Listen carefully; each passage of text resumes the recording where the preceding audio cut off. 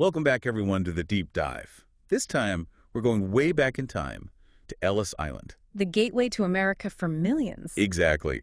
And, it's fascinating. Nearly half of all Americans today can actually trace their family history back to this one, tiny island. It's incredible. This little island saw a huge amount of human hope, but also anxiety flowing through it. Yeah. I mean, think about it. Your great-grandparents, maybe even your grandparents, they could have passed through Ellis Island. We're going to try to uncover what your ancestors might have gone through, from those packed ships to the inspections that awaited them, all those anxieties. It's so much more than just a historical landmark, though. It really is a symbol of the American dream and the complex reality behind it. Definitely. And you chose a great podcast episode for us to deep dive into history that doesn't suck. It's going to help us understand how U.S. immigration laws evolved over time, and how those laws shaped the Ellis Island experience. I figured you'd like it. And, to understand Ellis Island, we have to get the context. The concept of who could even become an American, that's changed dramatically throughout history. It has. How so?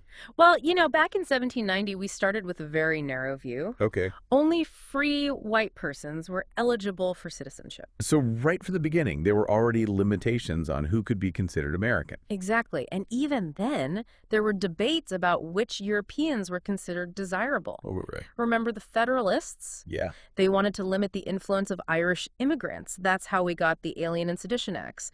This fear of the wrong type of immigrant, it keeps popping up throughout American history. Wow. So it's like with every new wave of immigrants, there's this set of anxieties, and prejudices that come with them. Right. And we see it again after the Civil War. After citizenship was finally extended to people of African descent, there were new restrictions. This time, they targeted specific groups like Asians and people who practiced polygamy. So the idea of who gets to be an American has always been shifting. Exactly. It's constantly changing. And Ellis Island becomes a focal point for all of these issues. As the nation grapples with this mass immigration in the late 19th and early 20th centuries, it wasn't just a processing center. It was a stage where all these anxieties about national identity played out. So before Ellis Island became the immigration station, was there somewhere else where people were arriving? Yeah. There was Castle Garden, an old fort in Manhattan. That was the main entry point for a while. But as the number of arrivals just went through the roof, they needed something bigger, a more controlled federal facility. Got it. So Ellis Island was made specifically for handling all these people. Exactly. And it's really interesting how the building itself, the physical space, reflects these shifting attitudes towards immigration. Oh. The first Ellis Island facility was made mostly of wood, and it tragically burned down in a fire in 1897. Oh, no. All those records gone. Imagine trying to trace your family history now. I know, right? It's devastating.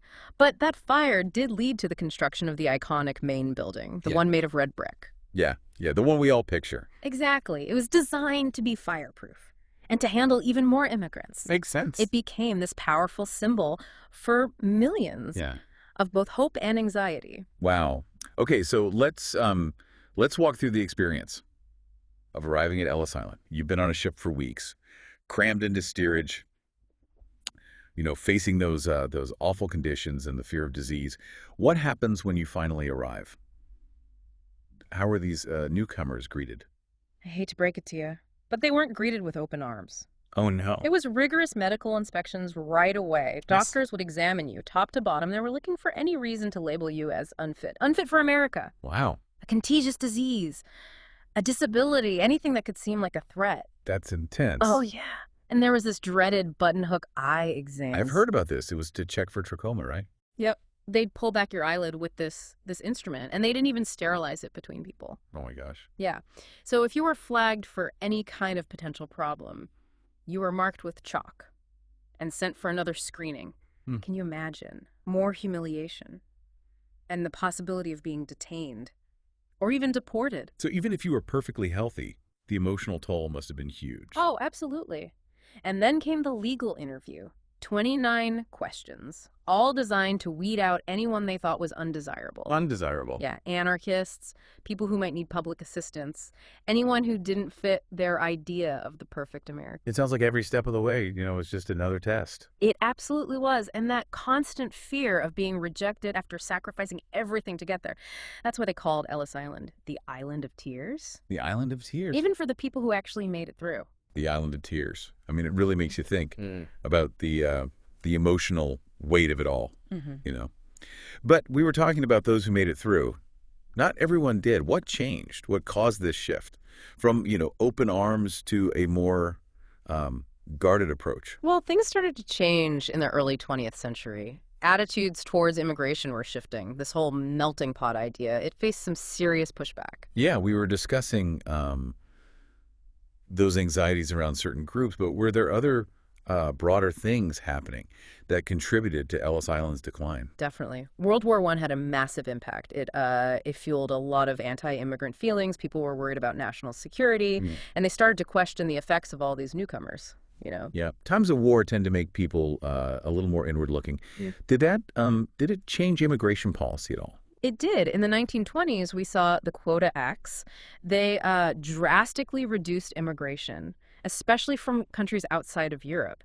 And these acts, they weren't just about numbers. They reflected a fear of America losing its perceived whiteness, a move away from the melting pot, and towards a more homogenous vision of America. Wow.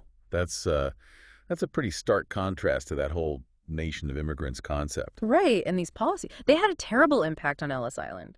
By the 1930s, it had transformed. From a gateway of opportunity, it became a place of detention and deportation. That's ironic, the symbol of the American dream turning into a symbol of exclusion. It is, and it's sad. So did it close then? Is that when Ellis Island finally closed? Not quite. It stayed open, but its role kept shrinking until 1954. And you know what's interesting? What's that? The last person to leave Ellis Island wasn't some hopeful immigrant. It was a Norwegian sailor who overstayed his visa. Oh, wow. Kind of a melancholy ending to such a pivotal chapter, don't you think? Definitely bittersweet. But Ellis Island might have closed as an immigration station.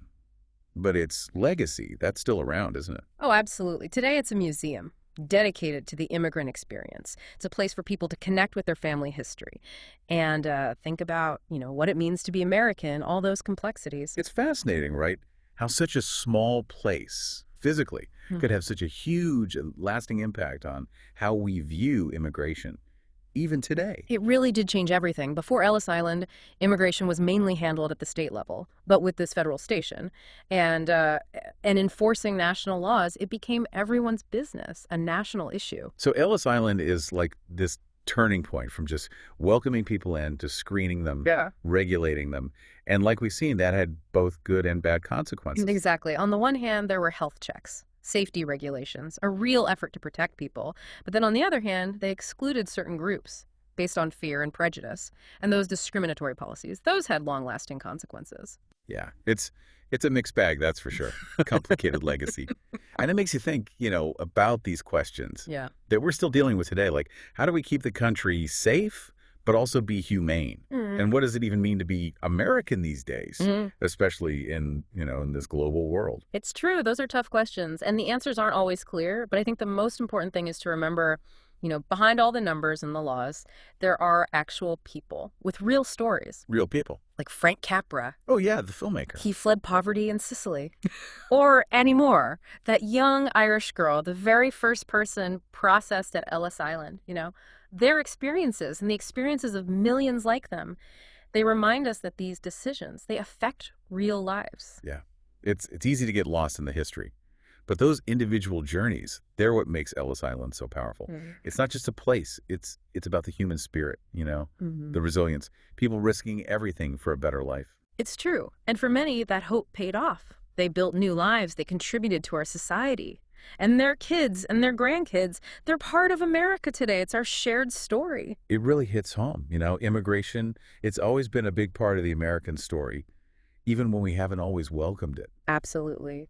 And as we talk about immigration today, we have to remember Ellis Island, the good and the bad, to create a better, more just future. You've given us so much to think about. What's the one thing you want our listeners to take away from all of this? Explore your own family history. If your family came through Ellis Island, dig into those stories. You might be surprised by what you find, what your ancestors went through to be a part of America. And think about how their experiences connect to immigration then and now. It's all connected. It's a story that we all share. Learning about the past can help us understand the present and hopefully build a better future. Thanks for joining us for this deep dive into Ellis Island. It's a place that teaches us so much about who we are and where we come from and what it means to be American.